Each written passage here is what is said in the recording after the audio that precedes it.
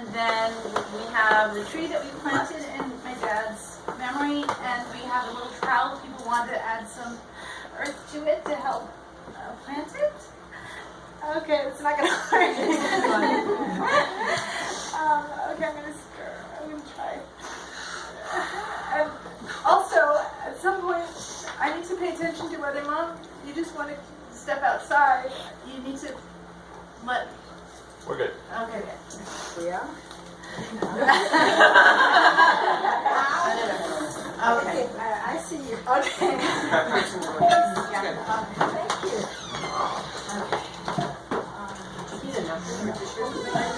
Can someone throw a tissue? Because Liz is not going to let you use your dress. This is not happening. There you go. I know most people think their dad is the most wonderful, most loving, most decent, most interesting, most proud of their family. Can we do it? All right. And I'm no different. I think Poppy really was all that. I remember him patiently teaching me how to ride a bike. Yes, actually patiently. Of course, calling me darling. I remember him spending almost all of his time up in his study typing away. For most of my childhood, I heard the sound of a typewriter, and until for the last few weeks of his life, that is what he continued to do, except on a keyboard. I remember him unexpectedly crying at the drop of a hat, at a memory of his idyllic childhood, at a Kodak commercial, at anything to do with an animal in harm's way. But he was paradoxically stoic about the big things: the loss of his father as a young man, his time as a young bomber pilot during World War II, the need to sell their house. Most people don't know this. The need to sell their house in Palm Beach to pay for me to go to college, and the progressive loss of his eyesight. Even though he moved to the U.S. in the late 1950s, he never became an American citizen. Despite his passion for American politics, he didn't want to be disloyal to the Queen. He didn't care if anyone understood or agreed. I would push him to change his mind, but he was just certain that this was right. He's a person who taught me to watch Fox as well as MSNBC, to listen to the other side, not that he was persuaded by them. He always called me Baby Blue when I was little. I think he really wanted a boy. And with Alex, he got to be the grandfather to his perfect, naughty little boy. I remember him trying to teach Alex not to mumble by making him repeat "bears in the backyard" slowly. He loved that Alex became involved in politics and that they could share their Obama bromance. Emma ended up channeling Poppy as she fell in love with British history. And when she spent a semester in Copenhagen, she was, in his mind, returning to his own childhood favorite memories. He had gone on vacation there before the war, and he reveled in every one of her experiences there. He delighted in helping me look for this home, tirelessly searching the internet for options, always optimistic that he'd found the perfect one. I don't know which of us had more fun during the search, and I still think he was annoyed that I found this one first. He was a romantic. He insisted he had the perfect childhood, and until the very end, he was confident that no movie star was as beautiful as my mom. After a visit at the hospital from Alex, Maya, and Emma, Poppy said to me, and I actually lied a little bit about this on Facebook, he said, "You have the most wonderful family." I reminded him that it was his family. It was one of the last fully lucid thoughts he had. I know he mostly wanted to be remembered for the 17 books that he published, but I'm going to remember him most for setting the standard for being a great father and grandfather. And I know you all made the effort to come here today because you thought he was special too. Thank you so much for that. It means the world to me and to Alex and my mom, who you can see is having even more trouble dealing with the situation. So I want to make sure you know that Emma created this beautiful document that you're holding with some help from Alex. And I don't know if you would like to read a little bit of it. Yeah, I'll start. Okay. Some people can take over. Denis Bryan, known to many as Poppy, passed away May 30th. Poppy was born December 11th, 1923 in Cardiff, Wales, and grew up in Orpington, England. He joined the Royal Air Force when he was just 18 years old and served as a Lancaster bomber pilot during World War II. He flew 36 missions and received the Distinguished Flying Cross. After the war, he pursued acting on stage and in films while reporting for newspapers on Fleet Street. Poppy had three loves of it in his life.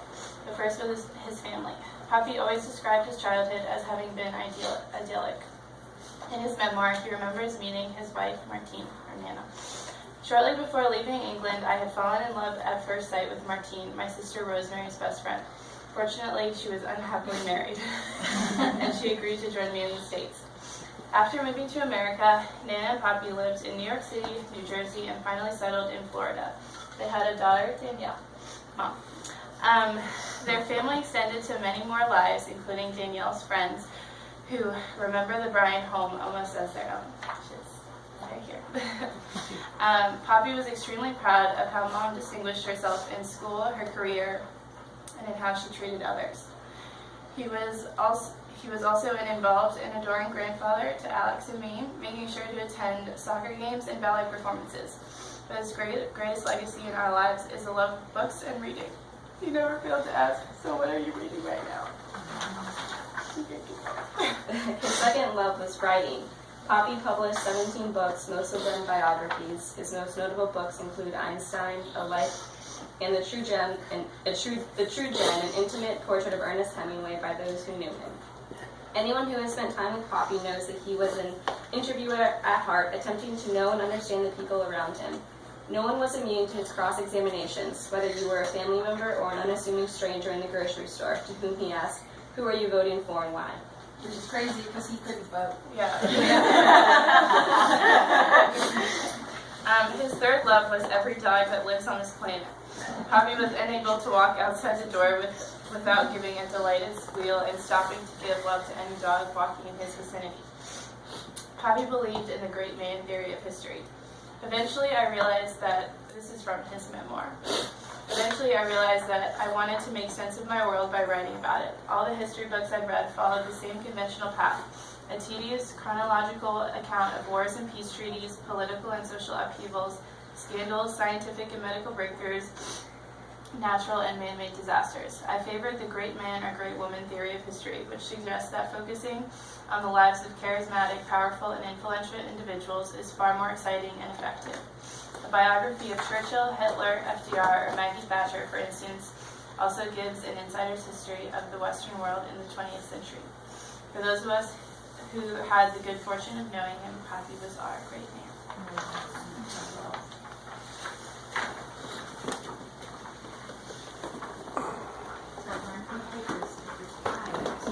Someone will be moved to speak. I'm happy to ask some time. I'm not surprised. Yeah. You go. Okay. All right. Well, it goes without saying that Mr. Bryan was extraordinarily so pleased with his family. Oh, see, this his daughter and his grandchildren. As someone who was fortunate enough to have known him for a number of years, we could really watch his pride, and it was amazing. And he was somebody who was really an astute observer and listener. So there's no doubt that he knew he won the lottery in his family, who were both gorgeous and, of course, very, very smart. And the confidence that he gave to you guys, I think, clearly made it possible for you to have confidence in yourself and to go on and do great things, which you absolutely have done. So I'll just say that I know that the pain of losing somebody who is essential to the fabric of who you are sometimes feels unbearable. But your experience of Poppy's gift for you is in your identity and your capability and in your way of operating and interpreting the world that we live in, which is a bit crazy these days, right? But to Mrs. Bryan and Danielle and Emma and Alex and your grief, I really think it's important that you find comfort in knowing that there are people who are with you, that stand by you in your loss, and we can also importantly celebrate his life through robust memories and also through a very deep respect for the life that he lived so well. So you can also find great comfort in the joy that you brought to him as daughters, as grandchildren. And it's so fortunate for Alex and Emma to know that not only did they have a grandfather who they were able to know as adults, but he was clearly somebody who was eager to participate in your day-to-day lives. And so the pictures that we're showing here really show Poppy interacting with his grandchildren, and you could tell, I mean, he was thriving on that. So one story that comes to mind is a story that actually Danielle told me many, many years ago when Alex was very young. So those of you who knew Alex as a youngster knew that this was a high-energy little boy. And by high energy, I mean sort of like the Tasmanian devil, kind of like his grandmother used to be. But there was a point in time when it was time for Alex to take a nap. And it was given to Mr. Bryan to be responsible to lead these nap efforts on this particular afternoon in West Palm Beach, Florida.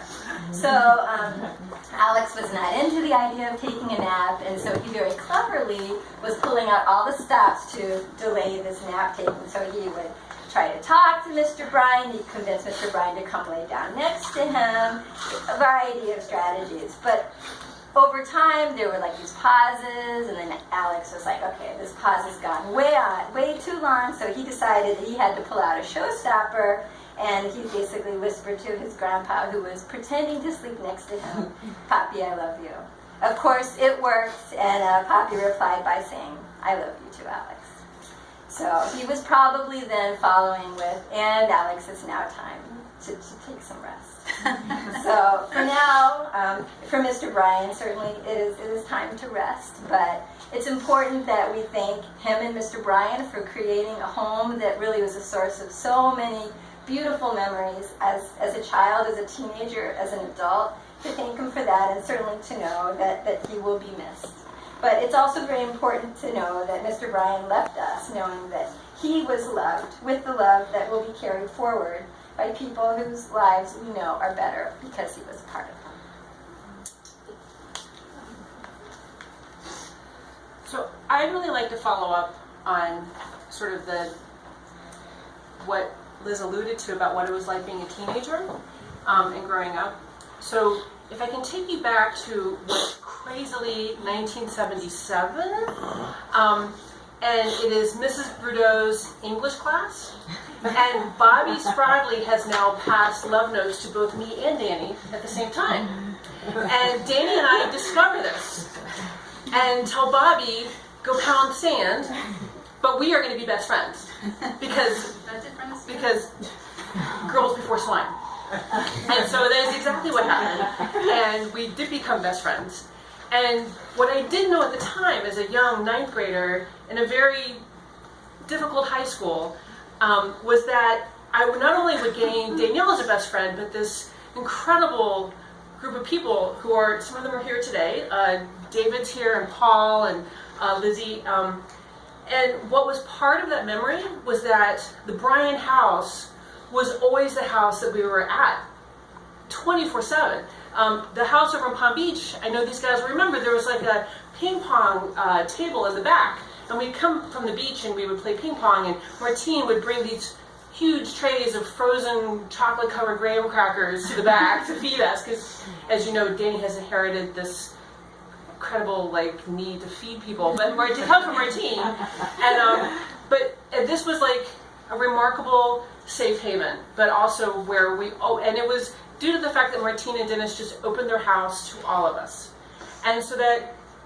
Later in high school, when Danny moved to West Palm Beach, they did the same thing. It wasn't like we had to be near the beach. It was the West Palm Beach house, and that's always where we were. And so, by kind of de facto, Denis and Martine became my adopted parents, and absolutely helped raise me and considered me, I think, pretty much a daughter.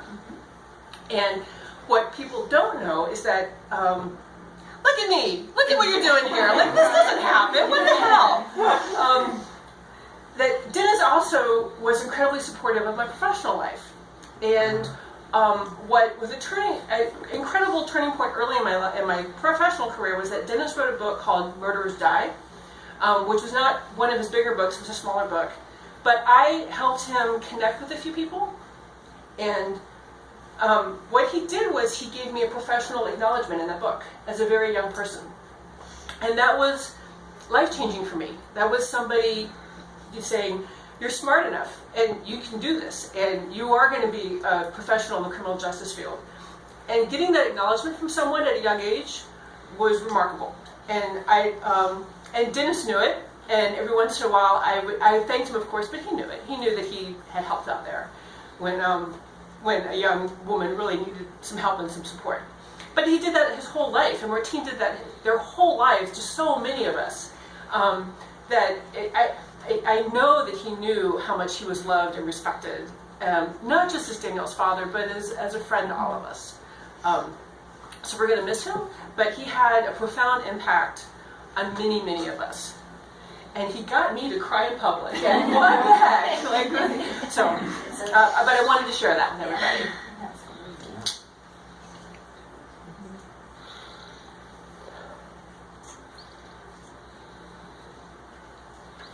And wow, she just killed the room.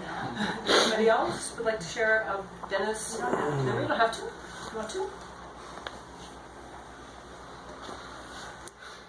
We can put back on the TV we had scrolling. We were able to put together some fun photos from the arc of his life, which are pretty neat, especially the early pictures to see. Which actually I hadn't seen a lot of them until we found them in the old photo albums. But we can go outside and maybe. Yeah, I think it's a good time to do that. Take a break. Yeah. Right on. Okay.